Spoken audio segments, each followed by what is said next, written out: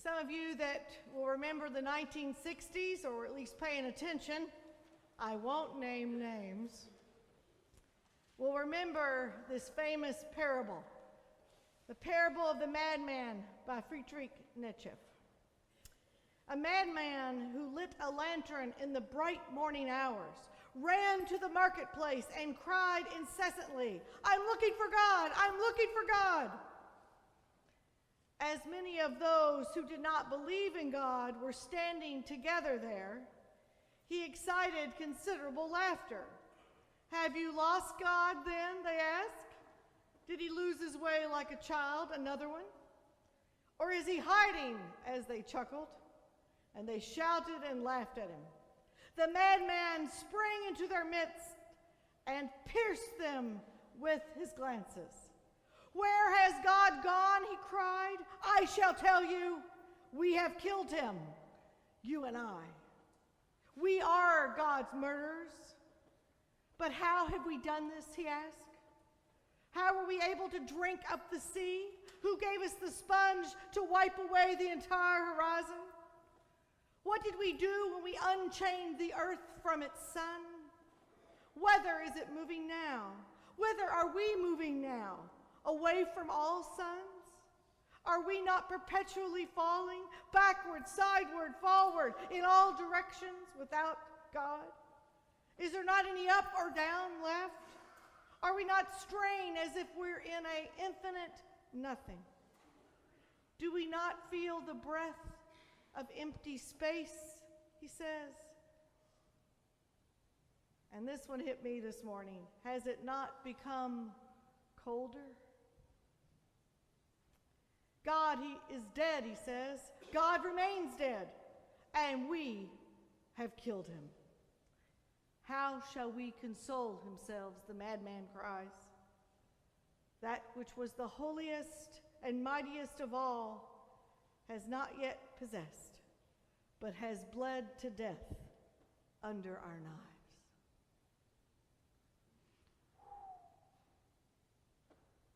Through this parable, philosopher Friedrich Nietzsche declared, God is dead. At first, that rattles our religious sensibilities. It offends us as people who worship and try to follow God. But if we dare to go deeper,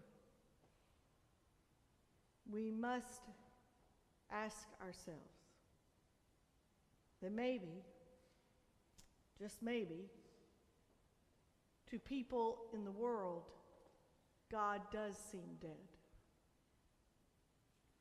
God seems dead because the people who claim to believe in God are not doing the one thing God asks of them: love.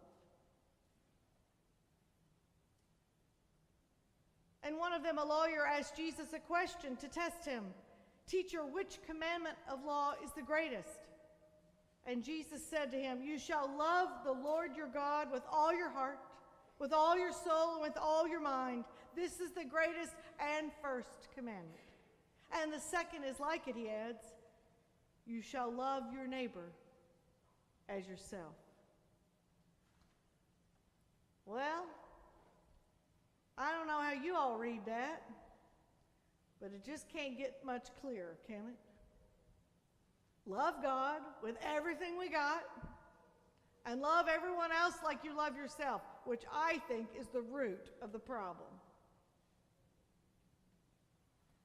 And the reason this love business comes under the title of commandment, not only in the Old Testament, but in the New Testament as well, is because God knew and Jesus knew that if we thought it was a mere suggestion, we would never do it. Can't argue with me on that one, can you? And we know this commandment. We call it the golden rule. We teach it to children like it's only for them. And we're not alone. Every major world religion has a similar golden rule. Somebody in our congregation has ordered these beautiful bookmarks for our Sacred Conversation on Religion that has the golden rule in all of the 10 main world religions, and they all say the same thing. Because when you get down to the basic of each of those religions, they all have the same tenet.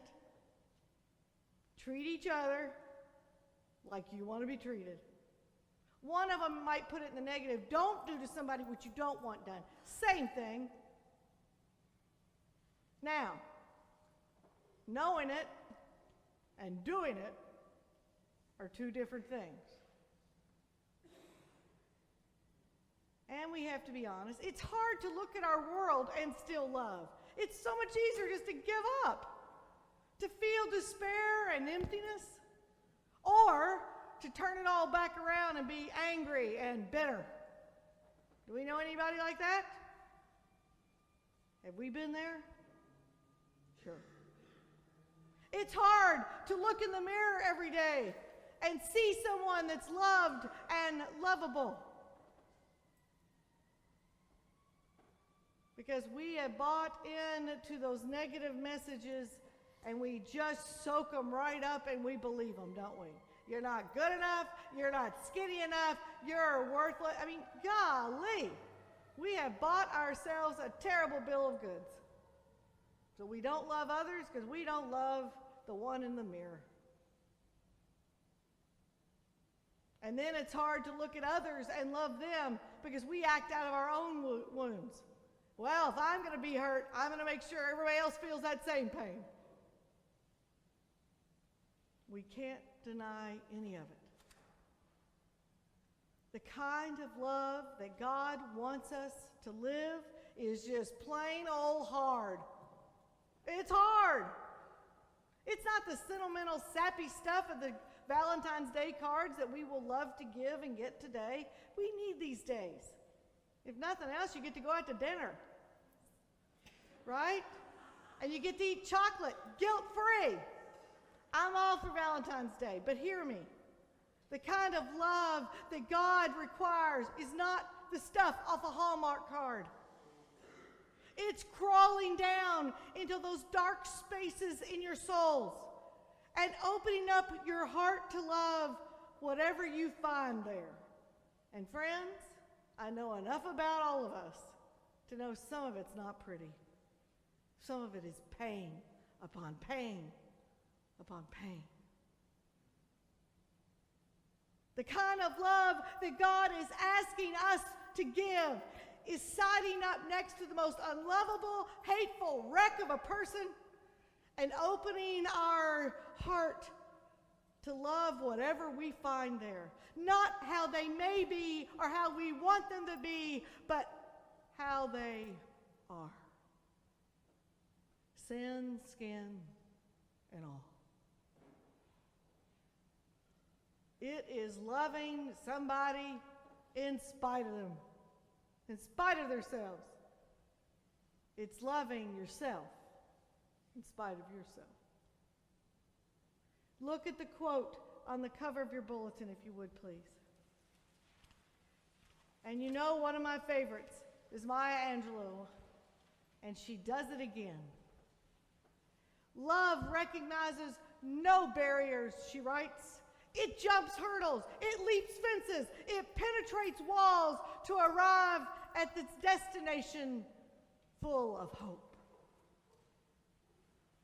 So during our holy season of Lent, we're going to explore, we're going to confront, we're going to seek to overcome all those things which keep us from living the life that we should and that we can have.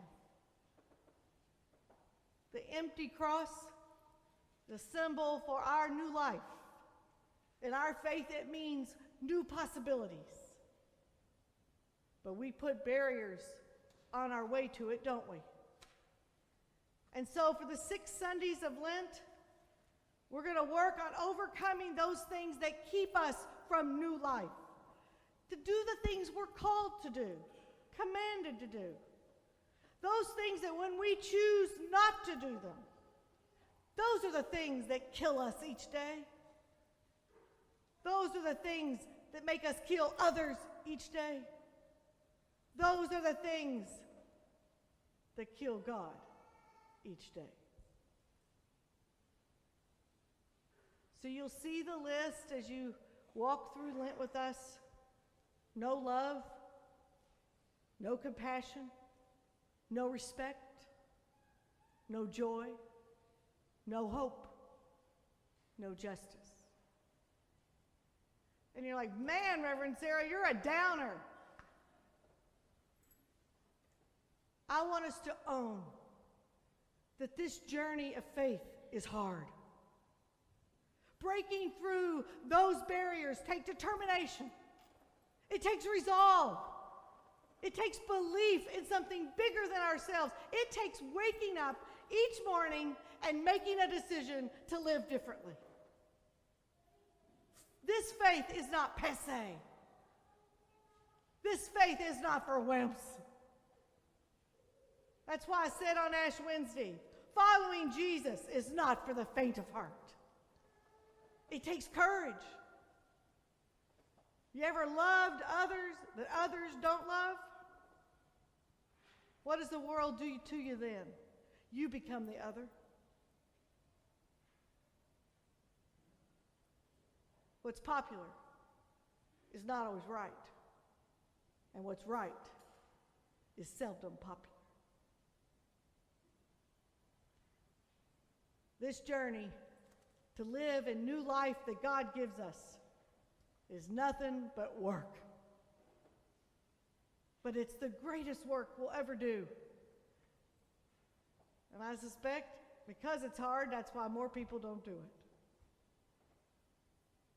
We are called to counter to a culture, including a culture rampant in God's wider church, that reeks of me-first narcissism, that circles the wagon and protects ourselves from those strange people, that there's only one way, and that's my way. This is a culture rampant in God's church that if they don't think like me, look like me, act like me, worship like me, live in my neighborhood, if they don't love the right person, then they are less than me. And so then I would not be responsible for them, it says, and I certainly wouldn't have to love them. Really? And we wonder why people think God is dead? We are killing it. We're letting those voices kill it. There's a great fairy tale about a lonely volcano that just wants to be loved as it loves. This volcano sings a song of love to any and all who hear it, but no one responds. Slowly, the volcano shrinks and dies. It fades away into oblivion, into the ocean, because no one dared to love the volcano back. Until, deep in the sea, a lone voice responds. And the power of that love causes both volcanoes to rise from the waters of death and lift their voices to the glory of the skies, because they have each found the power of love. I've been thinking since I heard this song that maybe God is like that first volcano, slowly sinking away, irrelevant in the world. Because the people who say they hear that song of love from God, that would be us, fail to respond to it. We do not dare to sing that love song back. We are not showing the love we proclaim because we're so preoccupied with being correct and right and judgmental and dogmatic and correcting everyone else. Or because we're so caught up in our own lives that we're indifferent to what's going on around us. We don't even see the people that need love, much less give it to them. We look in the mirror and we don't have any for that person either. Not loving hurts all of us. The Dalai Lama said these words: "Love and compassion are necessities, not luxuries of life. Without them, humanity cannot survive." And maybe God won't either. Maybe God seems like that extinct volcano because based on all that the world sees, hears, experiences, from all of us who claim to be God's people, the God of that love is gone. We've refused to sing the song of love back that God has sung to us. So today, let's get up, put on our warm slippers, but let's decide to live differently. Let's decide that maybe it's a first commandment because it's the most important one. Let's decide today to try this love business. Because you know how to do it is right there in the same book. You hear these words at every wedding I perform. Love is patient. Love is kind. Love is not envious or boastful or arrogant or rude. It does not insist on its own way. Love is not irritable or resentful. Love does not rejoice when somebody screws up, but rejoices when they make it. Love bears all things, believes all things, hopes all things, endures all things. And then we have these words that give us hope. Love never ends. May we make that so, friends. And may we make love win today.